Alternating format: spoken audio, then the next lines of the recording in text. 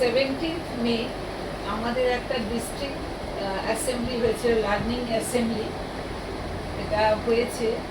তো এখানে রোটারি মানে অনেকের ধারণা আছে যে প্রচুর টাকা দিয়ে মানুষ করতে আসে বা করে, বা তার জন্য বা স্ট্যাটাস সিম্বল, অথবা এটাও আবার অনেকের মুখ থেকে শুনেছি যে এখানে তো সবাই কাজ করে না, কেউ শুধু ওই আনন্দ আর আনন্দের পরিবেশের মধ্যে যা যা করা দরকার আর ওগুলো আর বললাম না, সেগুলোই হয়।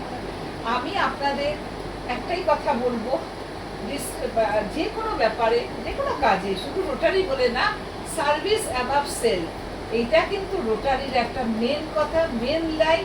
আমি একটা আপনাদের একজনের সেই মিটিংয়ে, যে মিটিংয়ে আমি গেছিলাম, এই ভদ্রলোককে দেখাতে চাই,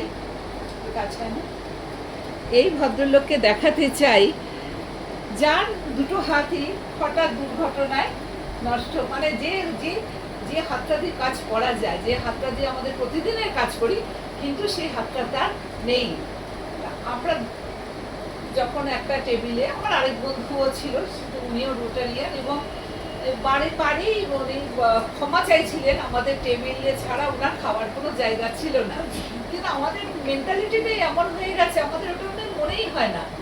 আমার তো সবাইকে একই দেখি, তাছাড়া উনি একজন রোটারি কাজ করছেন, রোটারিয়ান হয়েছেন, সেটা দুটো হাত না থাকা সত্ত্বেও কিন্তু এখানে উনি ইন্টারেস্ট পাচ্ছেন। 2015-তে দুর্ঘটনায় চলে যাওয়ার পরেও কিন্তু উনি ছেড়ে দেননি, উনি মনে জোরে এগিয়ে যাচ্ছেন। ওনার বারবার চামচ পড়ে যাচ্ছে বা পাড়ে থেকে এনে দেওয়া হচ্ছে।